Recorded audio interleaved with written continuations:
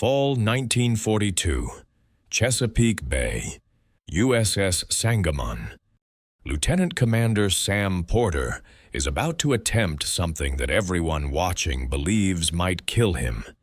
He's approaching the escort carrier's deck in a brand new F4U Corsair, trying to bring 13,000 pounds of bent-wing fighter down onto a moving platform in the middle of the ocean. It's what Navy pilots do. It's supposed to be routine. Except nothing about the Corsair is routine. Porter can barely see the landing signal officer on the carrier's port side. The plane's nose, an absurdly long protrusion housing that massive engine blocks almost everything forward and down. He's trying to gauge his approach by looking to the sides, catching glimpses of the deck between the wings, flying more by instinct and prayer than by sight. He comes in nose-high, the Corsair's characteristic attitude during landing approach. The deck rushes up, the wheels touch down, and then everything goes wrong. The landing gear oleo struts those shock absorbers that are supposed to cushion the impact, bottom out completely. Then they rebound like giant springs, launching the Corsair back into the air. The plane bounces, skips over the arresting wires designed to catch it, and comes down hard again. Another bounce. Porter fights the controls, trying to keep the wings level, his heart hammering in his chest. He manages to get it stopped. Barely.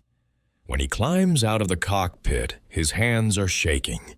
He makes 3 more attempts that day, each one equally terrifying. After the 4th landing, Porter calls it quits. He tells his superiors exactly what they don't want to hear. This airplane is going to kill people. A lot of people. The Navy's newest fighter, the plane that was supposed to revolutionize carrier aviation, the aircraft that had broken speed records and wowed everyone who saw it fly, has just failed its most important test. As currently configured, the Corsair is a death trap. Pilots start calling it the Ensign Eliminator. The name sticks.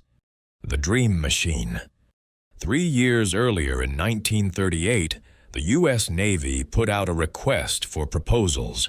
They wanted a single-engine carrier fighter that would be faster than anything the Japanese or Germans could field. Speed was the priority. Everything else was negotiable. The Chance Vought Corporation, led by chief designer Rex Beisel, responded with an audacious proposal.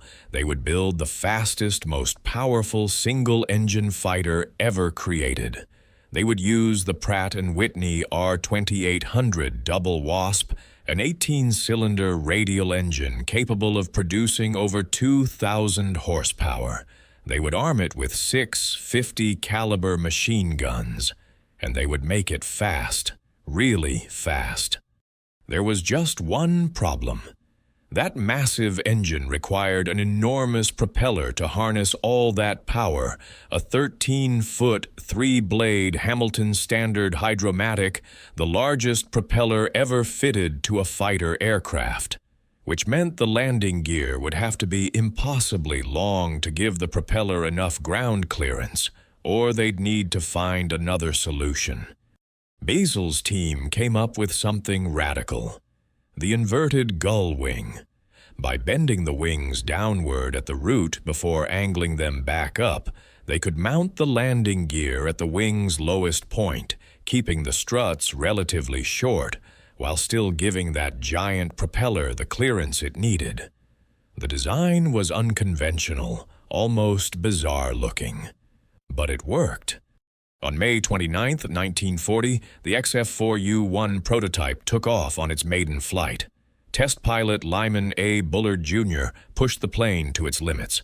On one test run, riding a favorable tailwind, the Corsair hit 405 miles per hour.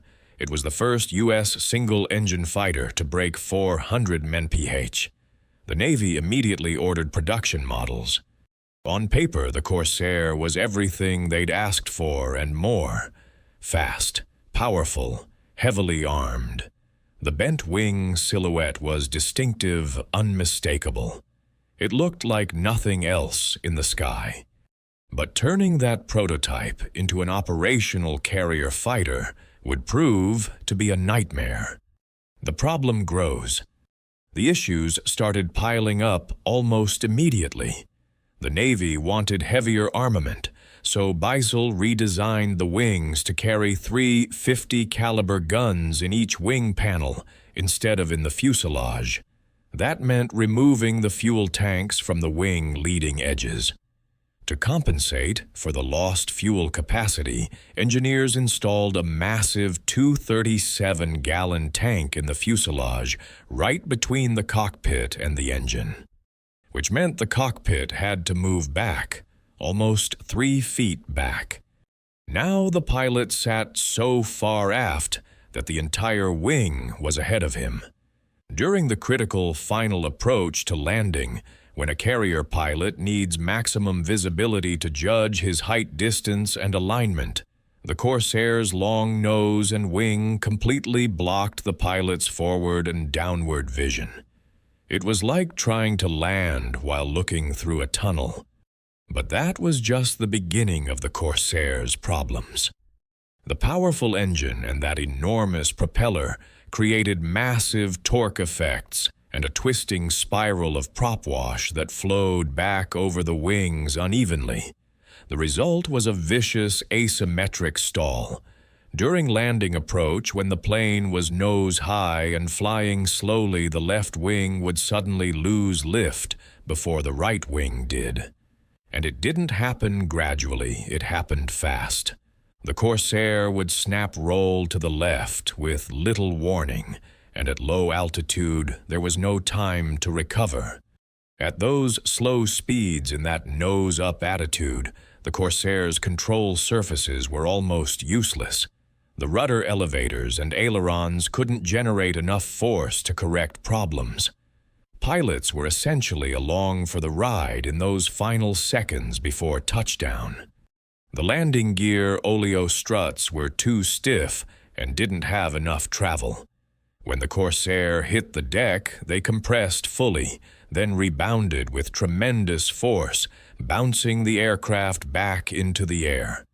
Pilots would hit bounce, skip over the arresting wires, hit again, bounce again, sometimes 3 or 4 times before finally staying down. The tailwheel strut was too short, forcing an excessive nose-up attitude that made visibility even worse.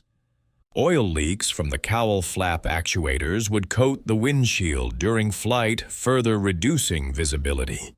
And the early birdcage canopy, with its multiple framing bars, created blind spots everywhere.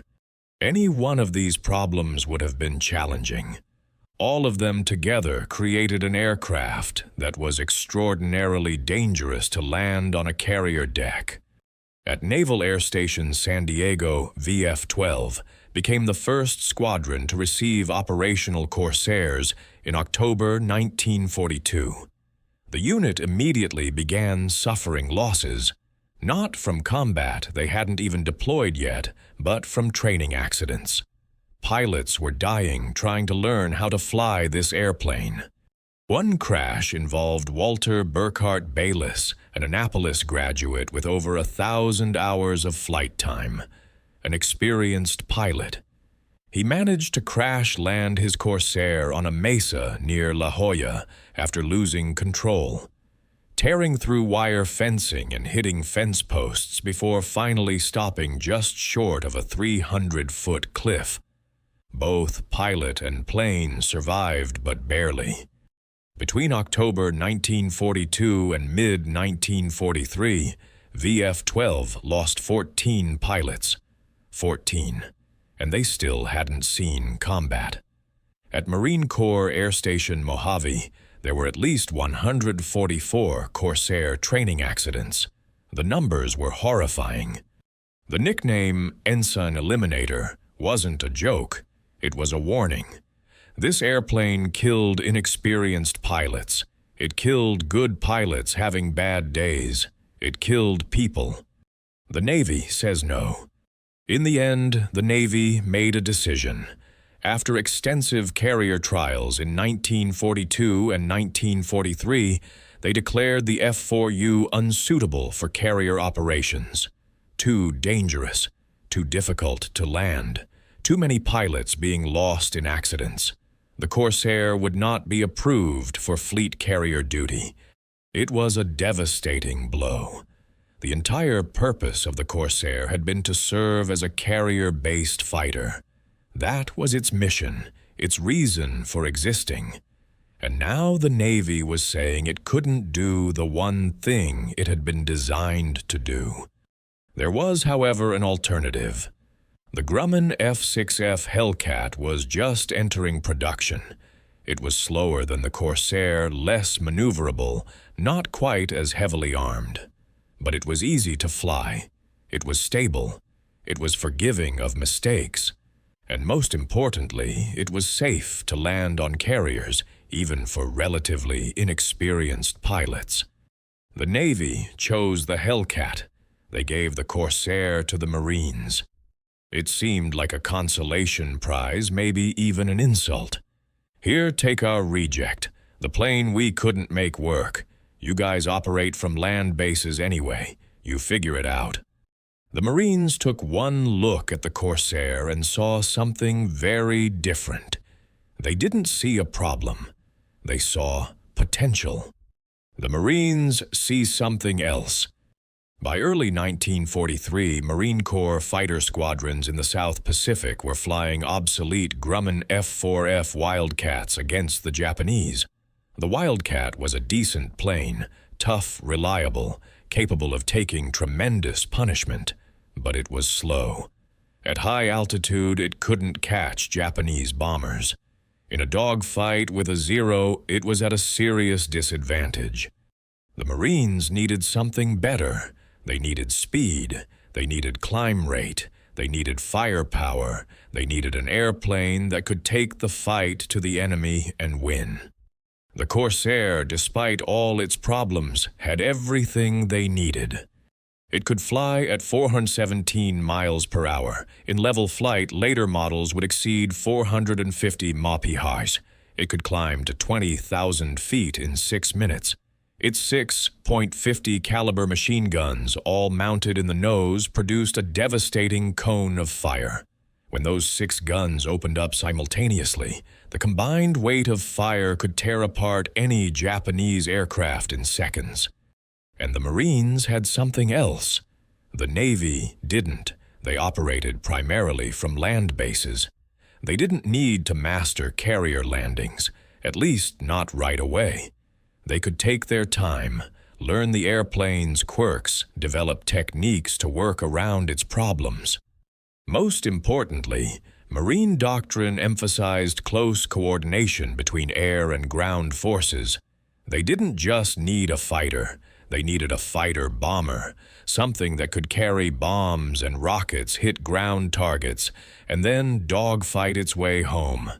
The Corsair, with its powerful engine and robust airframe, could do all of that. So the Marines accepted the Ensign Eliminator, and they got to work, learning to tame the beast. The first thing Marine pilots discovered was that the Corsair required a completely different approach to flying than anything they'd experienced before. This wasn't a plane you could muscle around the sky or treat casually. It demanded respect, precision, and absolute attention to detail. The asymmetric stall problem, the sudden left-wing drop during landing, was addressed through a combination of pilot technique and engineering fixes. Vought engineers eventually installed a small stall strip on the right wing just outboard of the gun ports.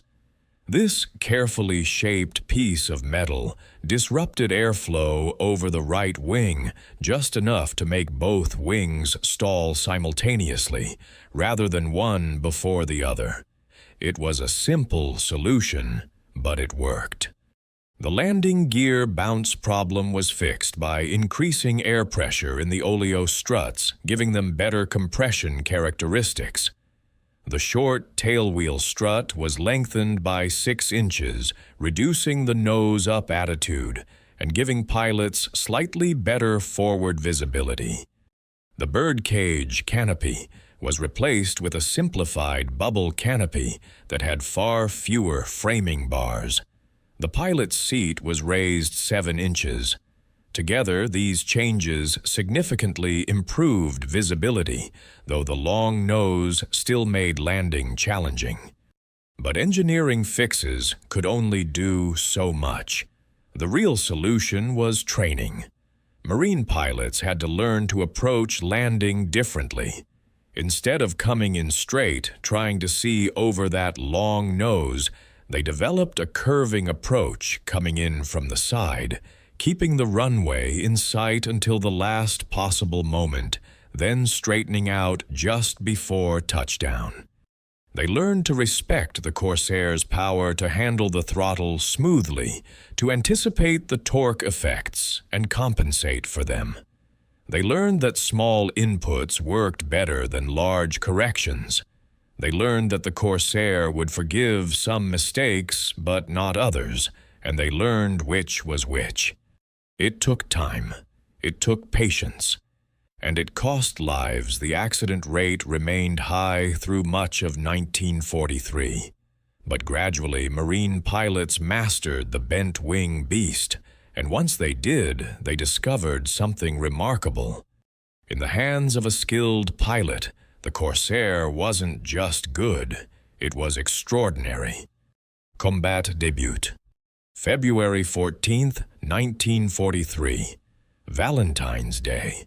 The Solomon Islands. A squadron of Corsairs from VMF 124, operating from Henderson Field on Guadalcanal, escorts a group of American bombers on a strike mission. It's the Corsair's first combat deployment. The pilots are eager, nervous, ready to prove what their new fighter can do. Then the Zeros arrive. Japanese fighters swarm the formation fast and aggressive. A vicious dogfight erupts. In the chaos, the Americans lose 8 Corsairs and 1 bomber. It's a disaster. The mission will be remembered as the St. Valentine's Day Massacre. But there's one detail that gives a glimpse of what's to come.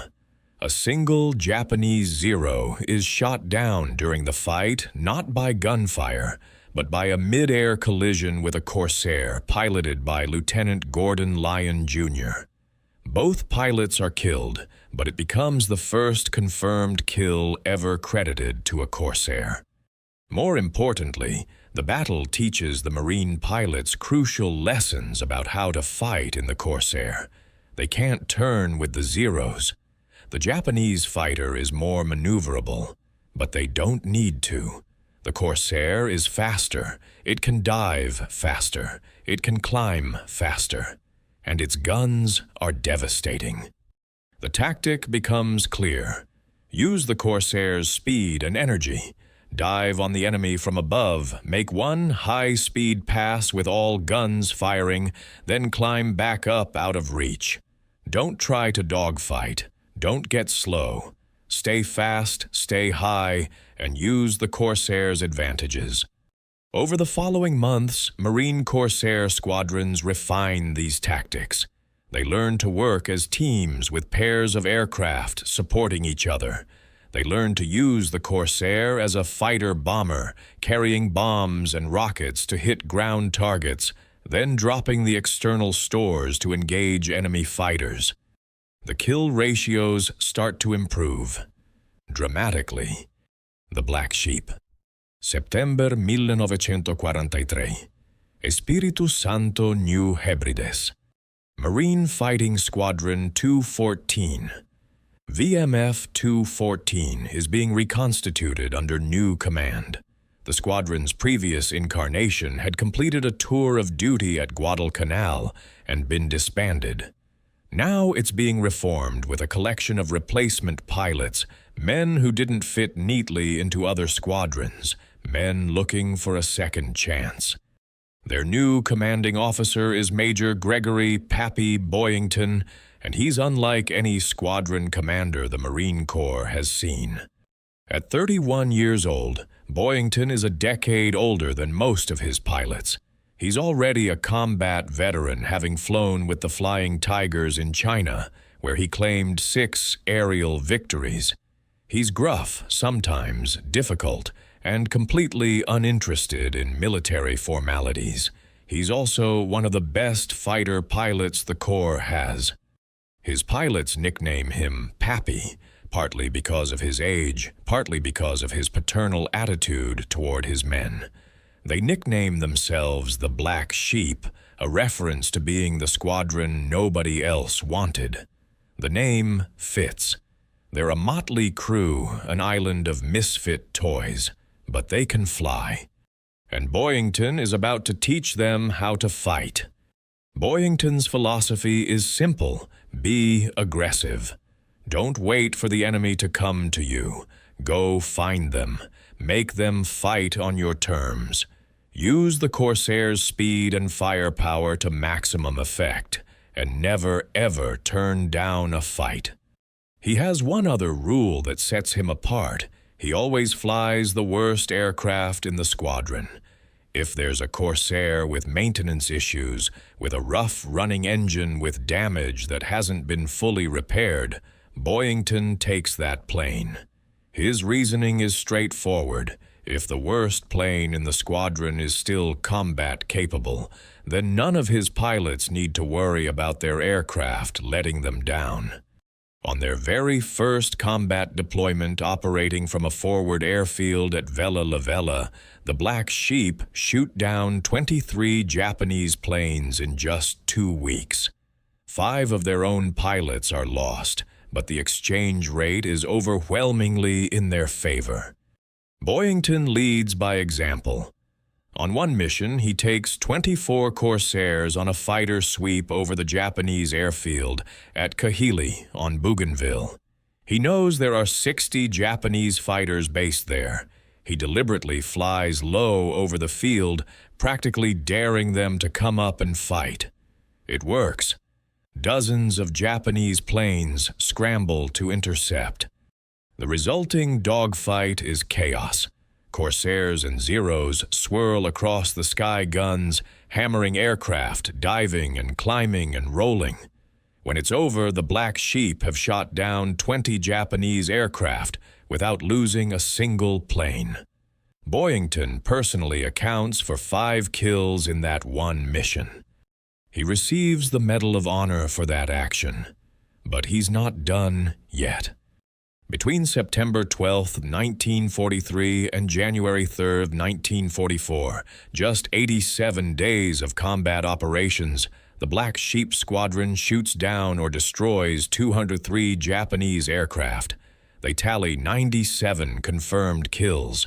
It's one of the most impressive combat records of any fighter squadron in the Pacific. And then on January 3, 1944, Pappy Boyington goes down. He's on a mission over Rabaul when his Corsair is hit. He shoots down his 28th enemy aircraft, tying the Marine Corps record for aerial victories, and then Japanese fighters swarm him. His plane takes fatal damage. He bails out over the water and is captured by a Japanese submarine. Everyone assumes he's dead. Back in the States, his Medal of Honor is awarded posthumously. His Black Sheep are devastated. The war moves on. But Boyington survives. He spends the rest of the war in Japanese prison camps enduring brutal conditions. When the war ends, he emerges gaunt and aged but alive. His 28 kills make him one of the top Marine Corps aces of World War II. His legend is secure. The Angels of Okinawa. By late 1944, the engineering improvements to the Corsair have progressed far enough that the Navy finally reluctantly approves it for carrier operations. The British Fleet Air Arm had already figured out the solution months earlier. Use a curving approach instead of a straight-in landing, keeping the deck in sight until the last moment. U.S. Navy Corsairs begin operating from fleet carriers in 1944, but by this point, the Corsair has already found its true calling with the Marines. As the island-hopping campaign pushes closer to Japan, Marine Corsair squadrons become critical to the success of amphibious operations. At Peleliu, Iwo Jima, and Okinawa, Corsairs provide close air support to Marines fighting on the ground below. They carry bombs, napalm canisters, and rockets up to 4,000 pounds of ordnance. They strike Japanese positions with devastating precision, then engage enemy aircraft trying to interfere. During the Battle of Okinawa, one of the bloodiest campaigns of the Pacific War, Marine Corsairs fly constant missions in support of the troops below. The Marines fighting through the hellish terrain facing determined Japanese resistance begin calling the Corsairs overhead the Angels of Okinawa. When they hear that distinctive sound, the whistle of air through the Corsairs' air intakes during a dive, they know help is coming. The Japanese have a different name for the Corsair. They call it Whistling Death. Though some historians dispute whether this nickname was actually used by Japanese forces, there's no dispute about the aircraft's effectiveness. Japanese pilots fear the Corsair. They know that in a straight fight, speed versus speed, firepower versus firepower, the Corsair wins. By the end of World War II, the numbers tell the story. Corsair pilots are credited with 2,140 aerial victories against just 189 F4Us lost in air-to-air combat. That's an 11-to-1 kill ratio. For every Corsair shot down by enemy aircraft, Corsair pilots destroyed 11 Japanese planes. The total losses tell a different story, though. While only 189 Corsairs were lost to enemy aircraft, 349 fell to ground fire, and 692 were lost in non-operational accidents. Another 230 were destroyed in operational accidents during combat missions. The Corsair remained dangerous to fly even after all the improvements. It still killed pilots who made mistakes, who got careless, who didn't respect its quirks. The Ensign Eliminator nickname never entirely went away, but the pilots who mastered it, the Marine and Navy aviators who learned to work with the Corsair instead of fighting it, had one of the deadliest fighter aircraft ever built. The legacy. The Corsair's service didn't end with World War II. It was the only major American fighter that remained in production after the war ended. While production of the F-6F Hellcat ceased in 1945, Corsairs continued rolling off assembly lines into the 1950s. When the Korean War broke out in 1950, Corsairs were there. They flew ground attack missions, provided close air support, and even engaged in air-to-air combat. In one remarkable engagement on September 10, 1952, Captain Jesse Fulmer of Marine Fighter Squadron VMF 312 shot down a Soviet-built MiG-15 jet fighter while flying his F4U Corsair. A propeller-driven World War II-era fighter had just killed one of the most modern jets in the world. The French Navy operated Corsairs in Indochina throughout the 1950s. The last F4U-7s were manufactured in 1952 specifically for French service. Some Corsairs remained in military service into the 1960s. It was an extraordinary service life for an aircraft that in 1942 the Navy had declared too dangerous to fly. Between 1940 and 1952, Vought Brewster and Goodyear manufactured 12 571 F4U Corsairs in various models. It was the longest production run of any U.S. fighter aircraft of the World War II era. The bent-wing design became iconic, instantly recognizable. In the 1970s, a television show called Black Sheep Squadron introduced a new generation to Pappy Boyington and his Corsair pilots. The show was heavily fictionalized, but it kept the legend alive. Today, surviving Corsairs are prized by museums and private collectors. When a restored Corsair flies at an air show, people stop and watch. That distinctive silhouette, the bent wings, the powerful roar of the R-2800 engine, it all evokes an era when pilots were measured not by computers and missiles, but by skill, courage, and the ability to master a machine that didn't want to be mastered. The measure of a fighter. Looking back, the Corsair's story seems almost impossible. An aircraft so dangerous that the Navy rejected it. A widow-maker that killed its own pilots in training. The Ensign Eliminator that seemed almost designed to crash during carrier landings. And yet in combat, it achieved one of the highest kill ratios of any fighter in World War II. It became a legend. It helped win the Pacific War. How do we reconcile those two realities? The answer is simple, and it's the same answer that explains most of aviation history. The machine matters, but the pilot matters more. The Corsair was an unforgiving aircraft. It demanded skill, demanded attention, demanded respect. It didn't suffer fools. It didn't forgive carelessness. If you tried to fly it like any other fighter, it would kill you.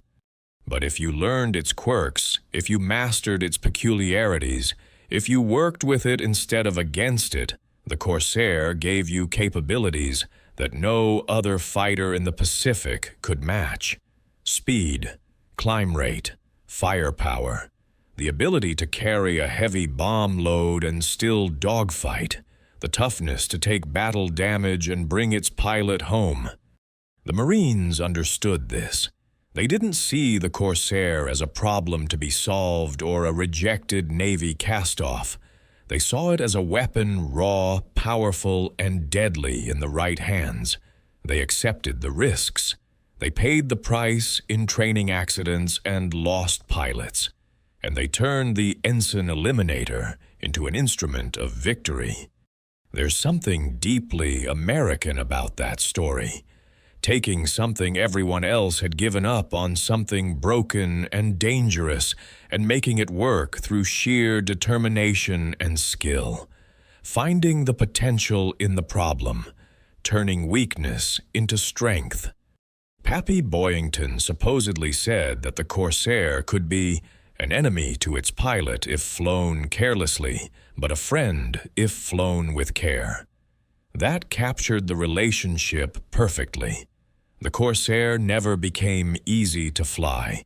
It never became safe. But it became something better than safe. It became legendary. And on those distant islands in the Pacific, when Marines looked up and saw those distinctive bent wings cutting through the sky, heard that unmistakable whistle as Corsairs dove on enemy positions, they knew one thing for certain. Their angels had arrived.